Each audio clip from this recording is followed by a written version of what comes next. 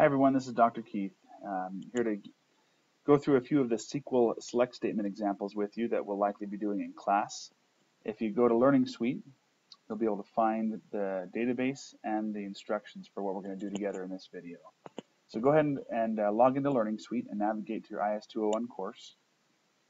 Let me scroll down here. The day you're looking for is DB5. So you should have just completed in your previous class DB4, where we finished doing Access or Microsoft Access queries in design mode.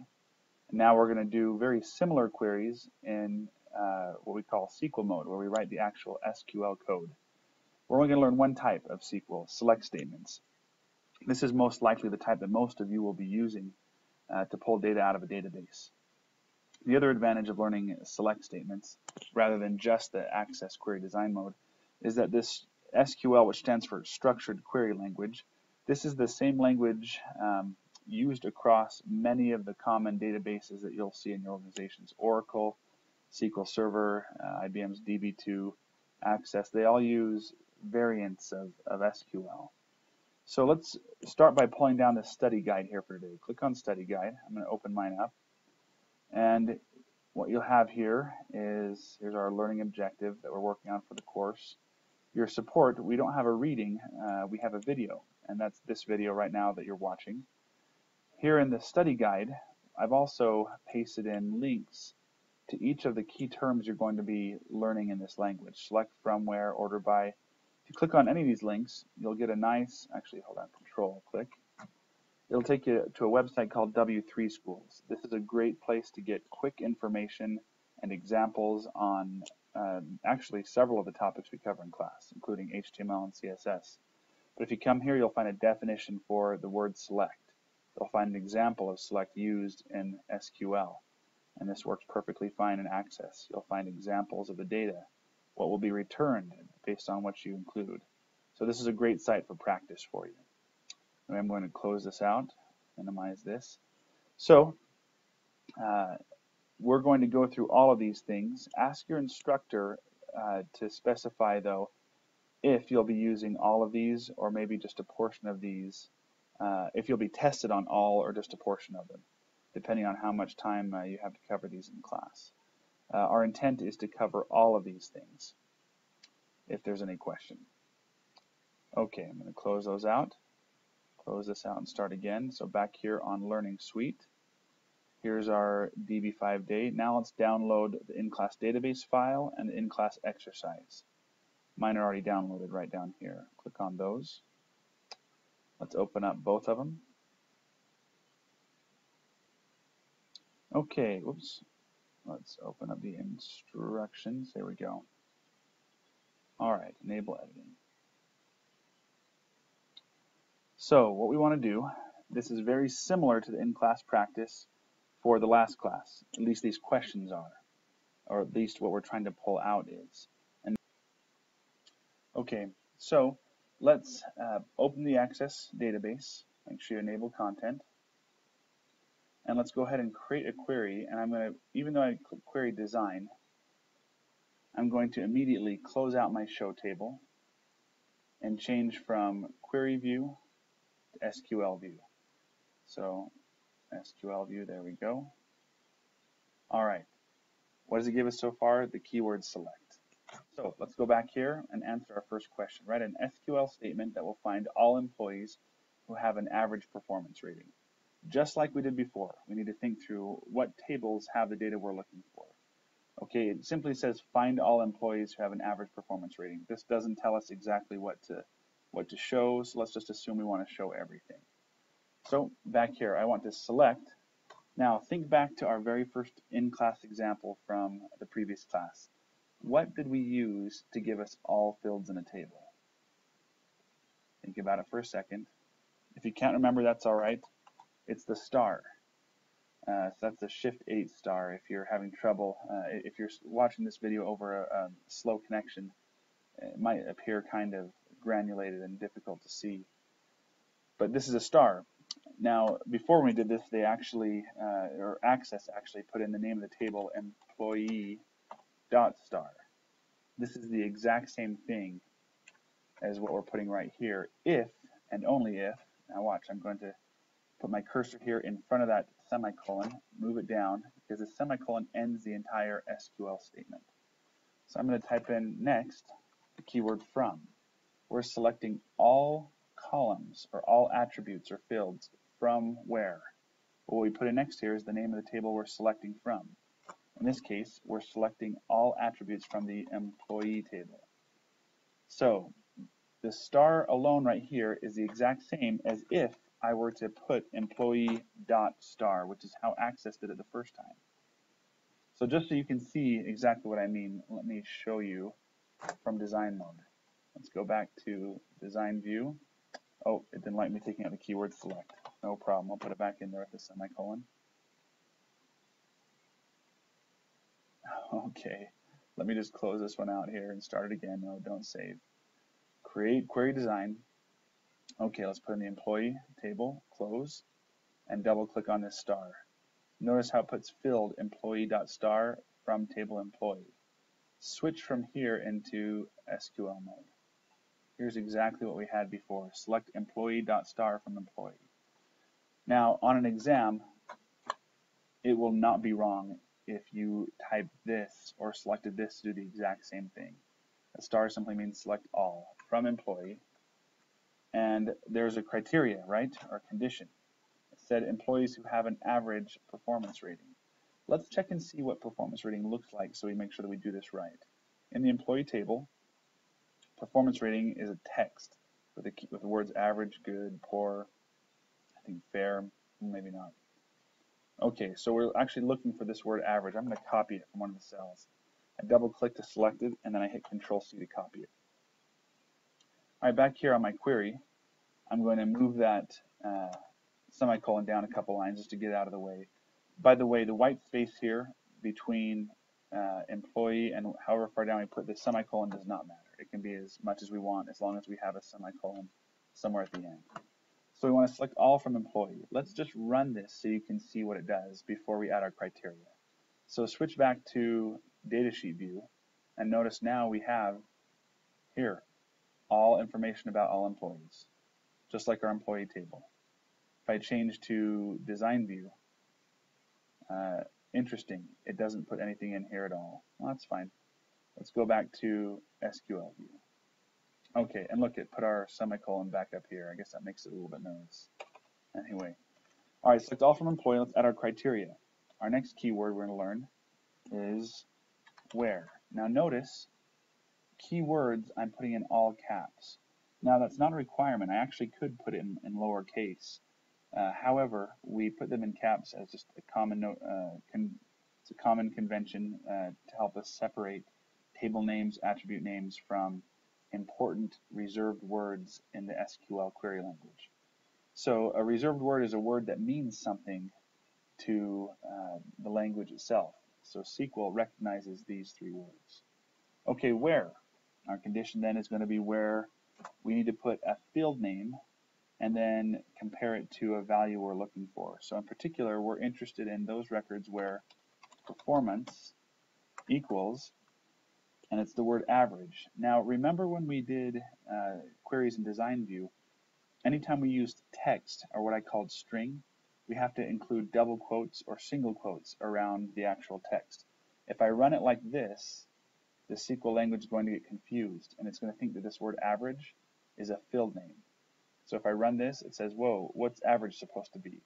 This means it thinks the average is a field name. So let's cancel that and put double quotes around average. And actually, I think you could put single quotes as well, and it'll work just fine. There we go. Now we have all records, all data, for only those employees whose performance is average. So see how quick and simple it was. Oh, by the way, here we are in design mode. Put employee table at new because we put from employee. It stuck that in there for us. Performance, they seem to like to wrap fields in brackets in this view. It put in table and it plugged in average. So it built the design view out of the SQL that we wrote. Look what else it just did. Access likes to have brackets and braces around certain things, but it'll put them in there for you, as you can see.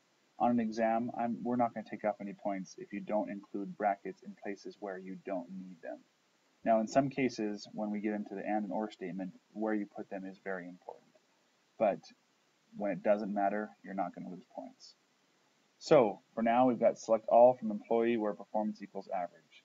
Let's change this up. Let's say we only want their first name. So we take off the star and we just put in first. Now, this is there's something we need to talk about next. First name, in the old version of this database, in some of your versions, there's a space in between first and name. Let's see what it looks like here in our table. Employee, looks like first name, there's no space in this one. However, in the version of this database that we used in the last class, I think we did have a space, and some of you might have it. Let's close this out and take out the space. If you're using a version of the database that does have a space, you'll need to include that here and then simply put brackets around first name. And these square braces, whatever you want to call them, they simply indicate that this, including the space altogether, is the name of the field we want to select. If we don't have that, it thinks that we're looking for a column called first, and then that there's some SQL keyword name that comes next, and it's not going to recognize it. However, in the version I have, there's no space, so I can simply delete that out of there. All right, let's run it by going back to the datasheet view. There we go. I just get first name, but again, these are all the people with an average performance rating. So, once again, like we've told you often, there's more than one way to do any one thing. Some of you might write this, employee.firstname. That's perfectly acceptable. You're simply saying that I'm looking for first name that comes from the employee table. Why would we even need this? Okay, there's only one first name column, right? Well, eventually, when we start joining tables together, you can have the exact same column name show up in multiple tables. And if we select data from more than one table, it wants to know where do you want to pull this column from, which table, if we can pull it from multiple different tables. Anyway, let's not worry about it for now. Let's just go ahead and save this one as it is. Control S. Let's call it, Q1. Save it. There we go. All right, let's go work on number 2. Write a SQL statement that will show all employees that make $75,000 or more. Display last name, first name, hire date, salary, order by salary in descending order. Great. Let's do this. All right, so how do we create a new query again? First of all, let me get this one out of the way. All right, let's go to create. Query in design view. However, I'm simply going to close out the show table and go to the SQL view. All right, so let's start with what it is I want to select again. All right, back here. As a rule of thumb, do not ever select more than you need. When you select more than you need, it takes longer, the query runs longer, and it's a waste of data transmission, waste of bandwidth. So let's only select the things that we need. Last name, okay, last name. Now, the names of the fields are not actually case sensitive. However, to keep things simple, I like to keep the same case that they're created in. Last name, first name, hire date, and there's probably no space in there, but we should check, and salary. Okay, so let's start with that. Let's check our names, see if there's any spaces in hire date. Nope, all good. Okay, what's next? Stop and think about it. We use a select to say, here's what we want to get. What keyword do we always use next? You said from, then good.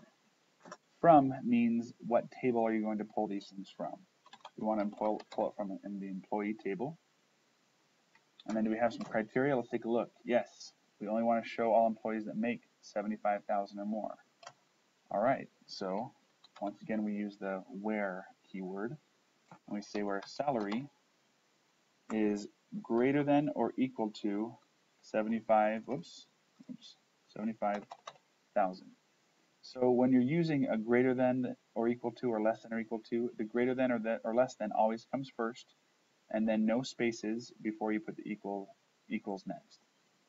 So here's a question for you. Is writing this the exact same as writing greater than 74,999? Yes, it'll give you the exact same thing. So you could implement it in either way. Both would be acceptable on an exam. All right, so select these fields from employee where salary equals that. Let's start by running and executing this query and see if it does what it's supposed to so far. I highly recommend building your queries incrementally, the ones that are fairly complex. So let's click on Datasheet View. Yep, here's our employees. Here's how much they make. Here's one who makes exactly $75,000, which is correct. So far, so good. Okay, back to SQL View. Now we need to somehow order by salary in descending order. No problem. After select from and where, we use the keyword order by. And yes, there's a space between the words order and by. Order by always appears at the very end of the select statement. So the order of these things is very important. Select first, from next, or third, order by fourth. So if I put in order by salary, I can leave it just like that. And by default, if I don't tell it whether to sort ascending or descending, it's going to choose ascending. So for example, let's run this. There we go. Starting with the first row, it's going to do lowest salary first up to highest. This is the same thing, whoops, go to SQL View, as if I were to write the keyword ASC, whoops, not right there, wrong place, right here. ASC after the keyword salary. That means sort it ascending. So if you intend to sort it ascending, you're welcome to just leave that off. If you want it descending, it's DESC. Right there after the name of the attribute that you're sorting by. That should do it. Hit run. There we go. Sorted by salary, descending. So once again, let's take a look at the design view and see how it implemented all of it. Brought an employee table, put in the columns we wanted, and look how it included salary twice. Once it put in here to sort descending, and another time it put in here and used it as a criteria. I don't think you actually have to do it that way in design view, but whatever. It works. Design view can interpret our SQL however it wants, as long as it's correct in the end. All right, so let's save this. Q2. Close it up. Move on to number 3. Write a SQL statement that will show all employees who work in Georgia. Show all employee fields as well as the city. Okay, interesting. So let's take a look at the data and see what this is going to look like in the end. Okay, we've got employees, which it says it wants, right? All employee fields, as well as the city. So that's likely going to come from the location table, right? There it is, location city. Now this question is sort of violating the rule that I gave you before. That was, if you're using a criteria, for example, employees who work in Georgia, and they're all going to, let's see here, state. They're all going to have the same city, right? Because there's only one city in Georgia that we have in our database, Atlanta. If they're all going to have the same city, there's not really much point in showing it to you. However, I also told you, in the end, we simply follow the directions we're given. They may have whoever gave us this instruction may have a very good reason why they want city in there. So when it comes to test times, we follow simply exactly what we're given. All right, so let's do this. Close this out. But let's make a mental note. We're going to, in order to find all employees who work in the state of Georgia, we're going to want to use a state field because it's possible we could add a new location in the future that's also in Georgia but in a different city. Maybe they're thinking of adding a new office or something like that, and they're looking for employees that they can move from one office to the other. So we're going to need a field called state and a field called location city. Notice there's no spaces in location city. All right, let's close that out. Yes, save it. Okay, create query. In design mode, close this table out. Switch to SQL View. We want to select employee. Here's a situation where I'm going to use employee.all because we want everything from the employee table. However, we don't want everything from the position table, right? So let's start by saying employee.all from employee. Whoops, wow, let's fix that. Employee. Okay, next. We also want the location city, correct? So employee.all and location city. Okay, where is location city going to come from? What table? Position, right? So after the employee table, I put comma, position. Okay, I also have a criteria. Where? Okay, where, let's get a reminder, the employee works in Georgia. Okay, so I'm going to say where state equals, now Georgia is text, therefore I'm going to put GA in double quotes. Okay, for now, let's show you what happens. Oops, I accidentally left the semicolon right here. Don't leave that semicolon right there if you're following along. Why? Because that semicolon ends the statement. So let's delete that and let's move it down here kind of out of the way. Okay, let's run it as it is for now. Okay, it says location city, enter parameter value. Okay, it doesn't know what location city is. Why? Alright, in this database, even though we've used the database tool for relationships, recall it's this one right here, and we've set up these relationships, when we write the SQL code, it's not going to know automatically that ID from the location table is a foreign key over in the employee table. What we have to do is tell the SQL specifically how to join the employee table to the position table. So we do that by including another condition in this where clause right here. So what you can do, if it helps sort things out in your mind, is actually put it on the next line, although you don't have to. So I can list, all my conditions right here if I'd like to, where state equals Georgia, and then I have to use a keyword and. So I'm going to type right here, and, actually I didn't like how that worked out. Let's try it right there. There we go. And,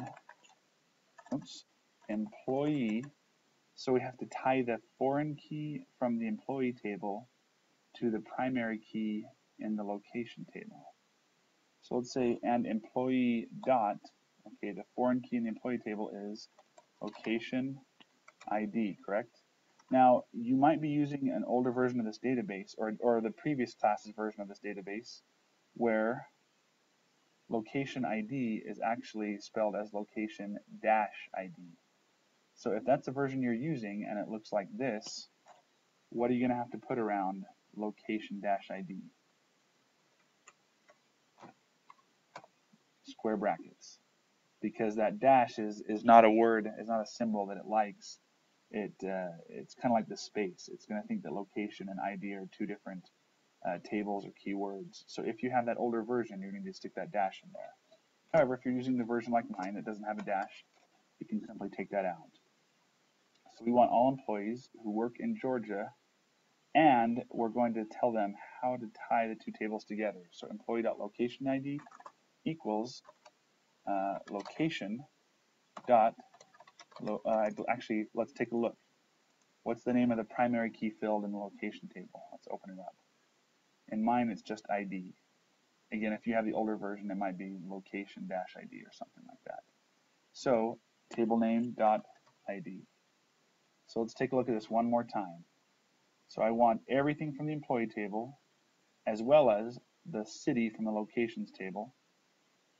Oh, you know what I just noticed? I put the wrong table name here, didn't I? You've probably been wondering the whole time why I put position there. So sorry. Location is the name of the table that has the location city in it. There we go. So when there's multiple fields, we separate them by commas. And when there's multiple tables, we also separate them by commas. But when we have multiple criteria, we separate them with the keyword and. So let's go ahead and run this. Run. Here we go. We've got all the fields for each employee who works in Georgia. And we showed location city right here. All right, let's go back and show you one other way. Oops, I'm in SQL view. One other way we could do this. Some people prefer just to keep as many criteria on the same line as possible. It's perfectly valid to write your statement like this. Why? Because the SQL, the structured query language, ignores white space except for that single space in between each word. What that means is we could actually put everything all up here on the same line, and it would work perfectly fine. Run. There it is. This is very common in programming in general. White space often gets ignored. But we use it anyway simply to make it more readable. So if I move that down there, move this down here, Notice how much easier this is to read than having it all in one line. All right, let's save that one, Q3, and let's move along. Next, write a SQL statement that will show all employees that have a last name that starts with A or M. Display first name, first name, and performance, order by last name. All right, I think we've done almost everything. You should know based on the last class exactly how to do this one. It's not going to require any new SQL keywords that we haven't already learned. So let's do this one. All right. Create, query design, close that out, switch to SQL view. Let's move down our semicolon. All right, so select last name, first name. I could type correctly. Seriously. Let's see. And performance. Okay. Now the criteria is last name that starts with A or M. So it sounds like we're not going to need anything other than from the employee table. Okay, no problem. From employee. All right, let's put in our criteria then. Where, and it is last name that starts with A or M. Okay, where last name. Okay, so if you want to say starts with A or M, do you remember the format we used? Instead of saying where last name equals, we use this keyword called like, or actually Access added it in automatically for some of you. So we're going to say where first name like, and since it's a keyword, I'm going to put it all in caps. Where first name like, and then we have our open close double quote, A star, and star means we'll take anything that starts with A and we don't care what comes after it. Okay, and was it clearly not an and M, because you can't start with both an A and an M. It starts with A or last name starts with M. So we're going to almost append a second SQL statement onto this, but we can do it shorthand like this. So the keyword and, we're going to type or, last name like M with a star. There we go. Let's see if we can line this up any better. Don't think it matters. Okay, let's try it out. Run. There we go. Last name Adams, Marlin, Mannin, Martin, Adamson, Martyr. Looks good. Last name, first name, performance. Back to our, oh, here we go. Notice how it put this in design mode. Once again, it made a second instance of last name to use the criteria. You don't have to do that in design mode. Remember in class, we could have put this all right over here. Whoops.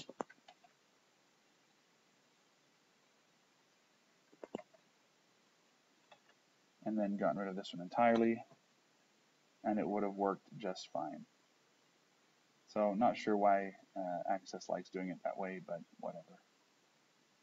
Back to SQL view. Notice how it put back in these parentheses again. So that's just fine. We'll leave it that way.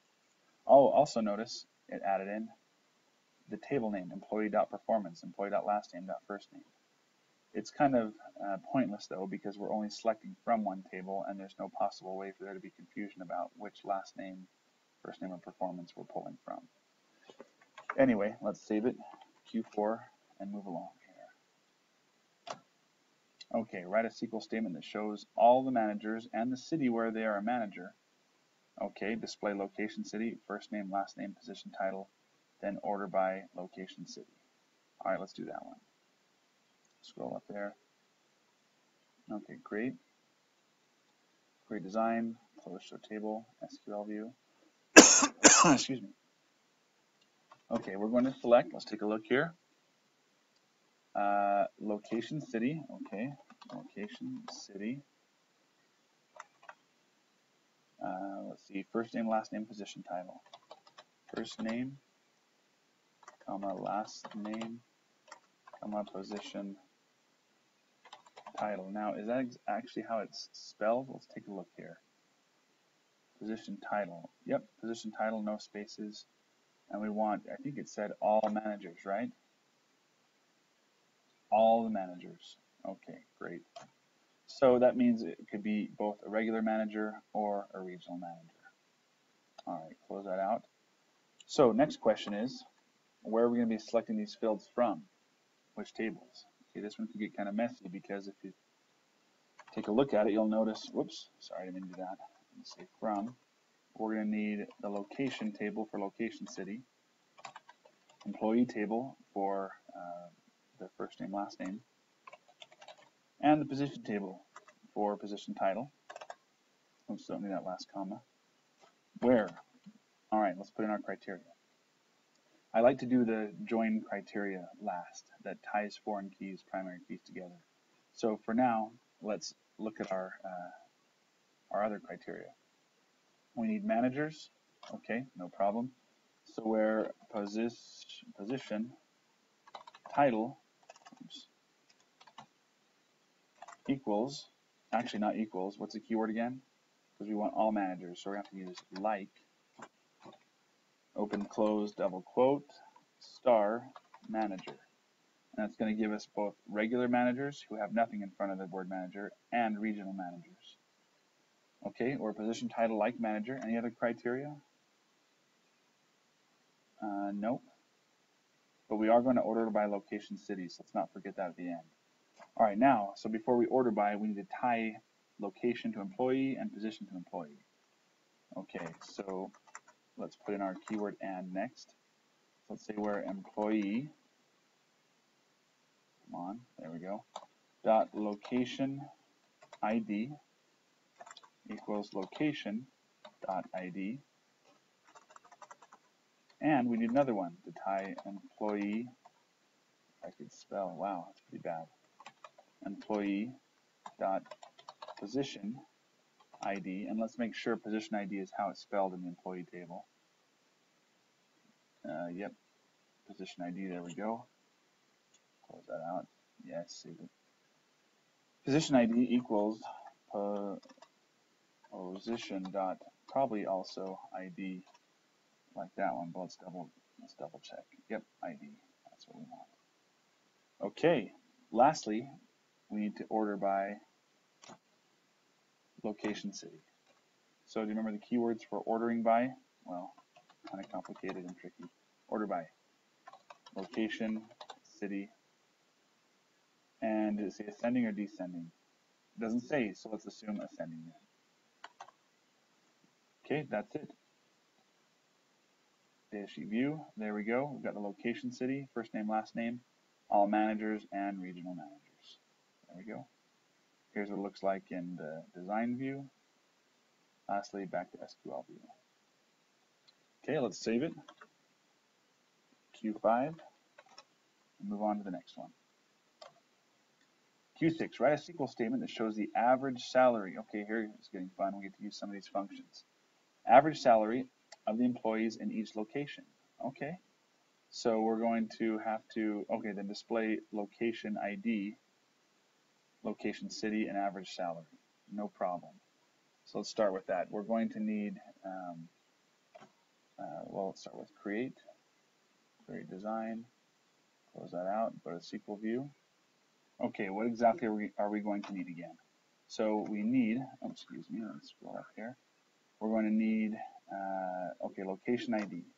So notice that it says location dash ID here. That means it's referring to either this ID from the location table, or where else could I get that? That's a primary key, which is also the same thing as the foreign key. Oops, let me scroll this up.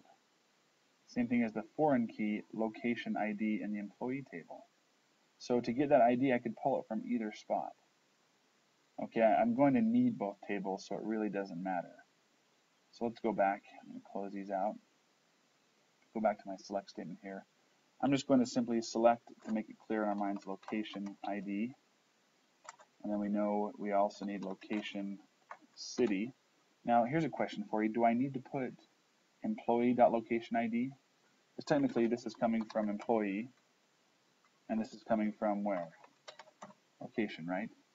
The question is, does the field name location ID appear in both of those tables? It doesn't. So because in location it's simply called ID. Remember, if I pull this up, it's just called ID right here. So a couple things we learn: a primary key foreign key pair or relationship don't have to share the same name, the exact same name. They just have to match up. So for simplicity's sake, I'm going to take those out because they don't matter. Okay, then the last thing we need is the average of salary, right? So we're going to learn another key term called AVG.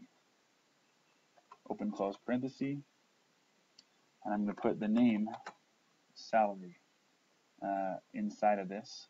So it's a function, kind of like in Excel. If you've learned Excel functions before, there's a key term, then we have an open close parenthesis, and we pass in what we call a parameter. We pass in the value we want to be averaged.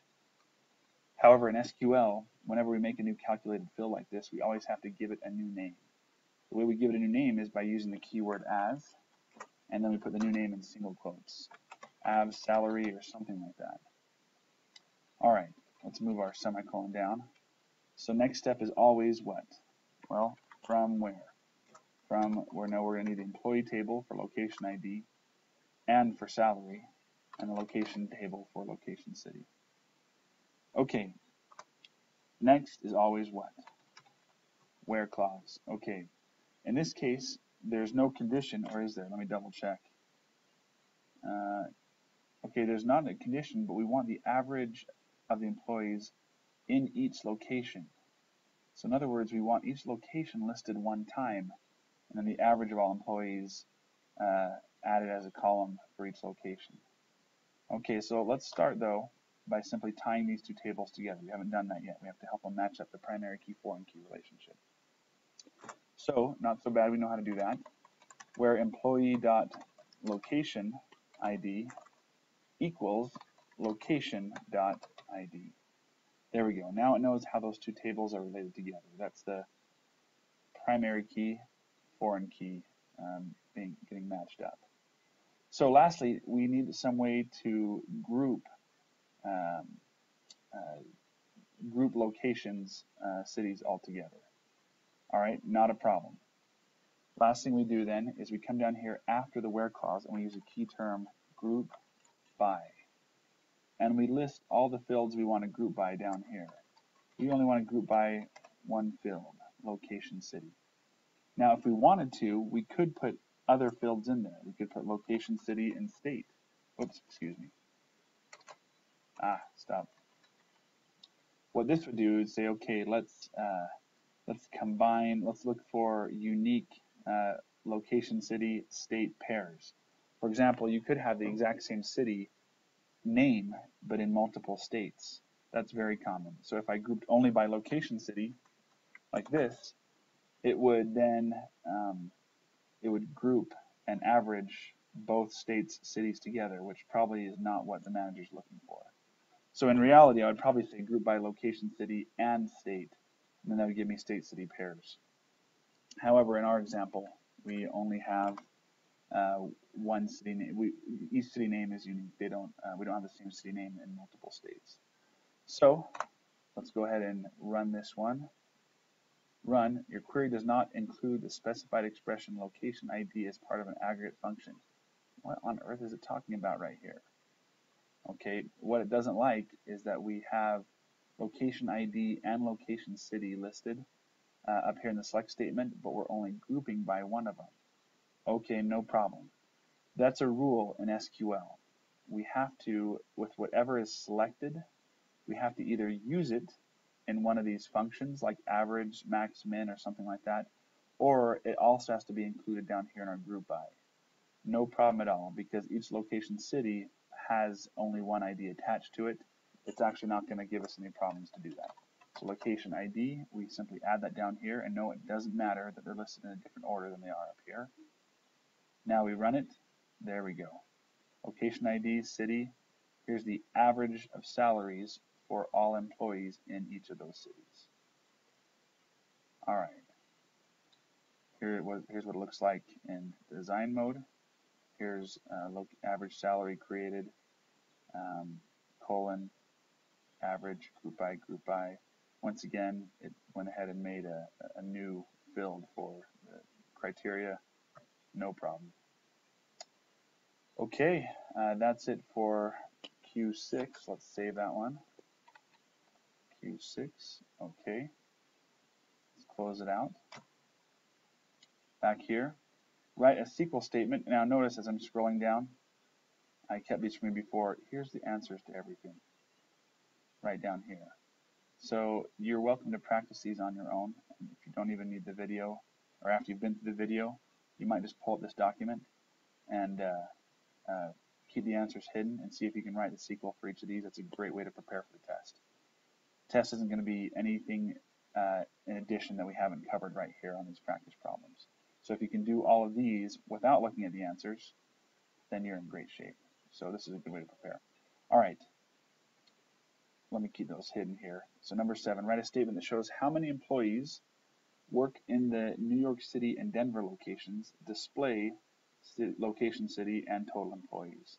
So this is kind of like our last one, except instead of getting an average, we're going to use a count function. All right, and it even tells us the name.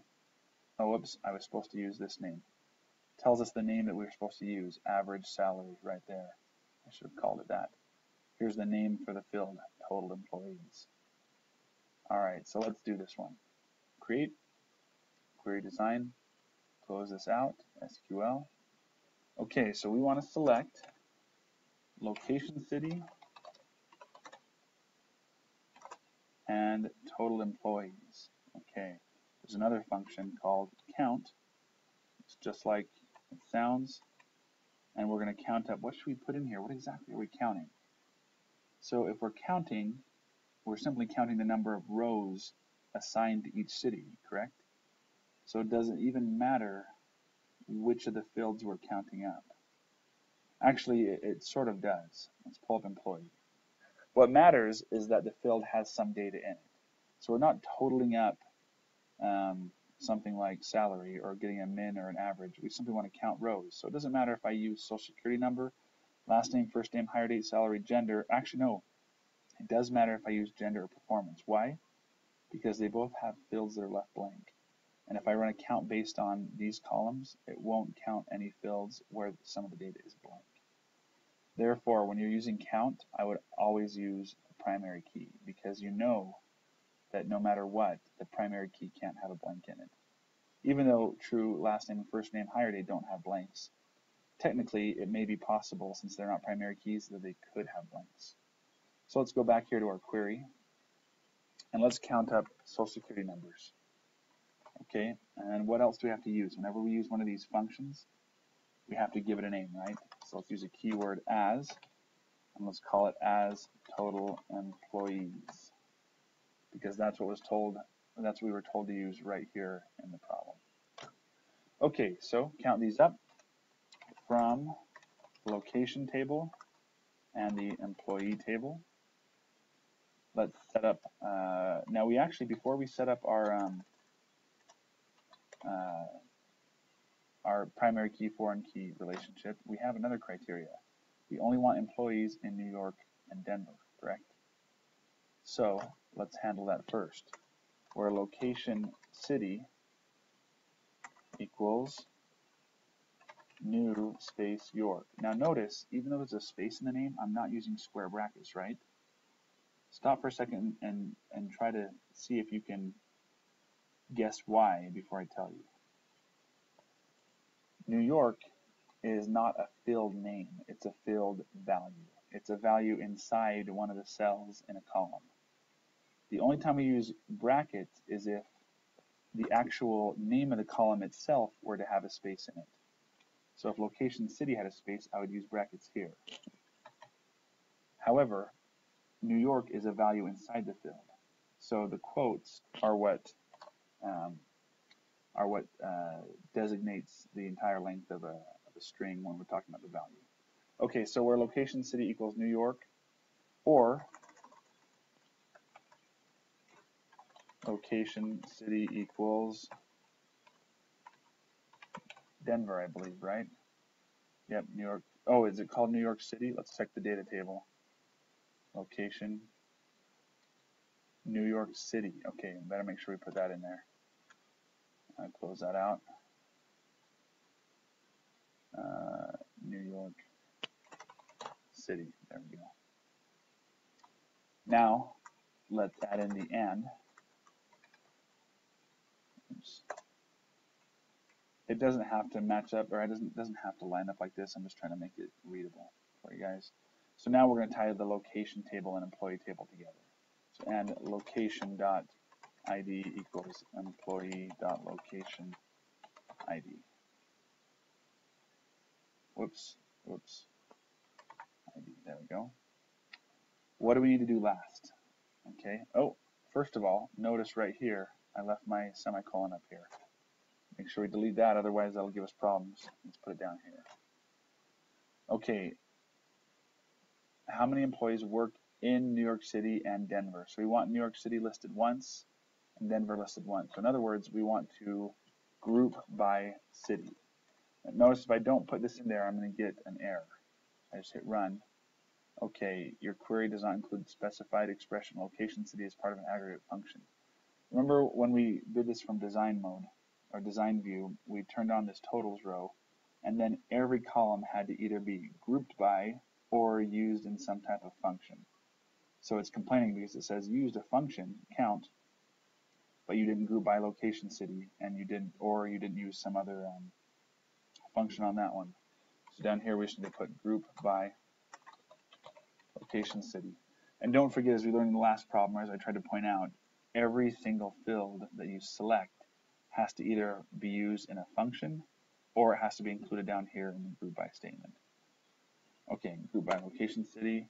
Did it tell us an order to put them in? Nope, doesn't look like it did. So let's just go ahead and hit run. There we go. Denver, 2 employees. New York City, 25 employees. And that's it. All right, let's go back to SQL. Let's save this one, close it up. Q7. Okay, and now we're down to our last one. Write a SQL statement that shows the total salary of the employees for each location. That's a useful report. Where we're spending most of our money, and we could compare total salary to the total revenue for each location. Anyway, display location city and the total. So this is going to be just like 6 and 7. You might pause the video and see if you can figure this one out on your own before I show you how to do it. All right, let's do it. Create, query design, close that out, go to SQL view, select, we want to show location city and the total of salary. So total, actually it's not total, excuse me, sum salary, and then we need a keyword as, and we need to say what we're summing it as. I think they called it total. Then let's move this semicolon down. Yep, they called it total. So for employees at each location, select these from employee location where no other criteria, correct? Nope. So let's go ahead and tie employee.location ID to location.id. Then what do we do last? We group by location city. That's it. Run. There we go. Total salary expenditures for every location. As usual, I'm not making as much. Anyway, that's about it. Let's take a look now at the answers on this page and see how closely what we just did resembles the answers that are on there. Okay, all from employee. Here's notice location.location city used. Even though, is this part necessary? No, you can take this off because the term location city only shows up in one table anyway. But again, this is, I like having these differences in here so you can see that there's often more than one way to do things. And what matters is that your solution solves the problem, not that you use the exact same solution we use. Okay, here's these last few. Sum employee.salary is total. Yep. Oh, notice that they didn't use single quotes around theirs. I think it's Dr. Jenkins who wrote these ones up. That's good to know. In some versions of SQL, the ones I've used, you have to put a single quote around these new names you use. It looks like in Access you don't.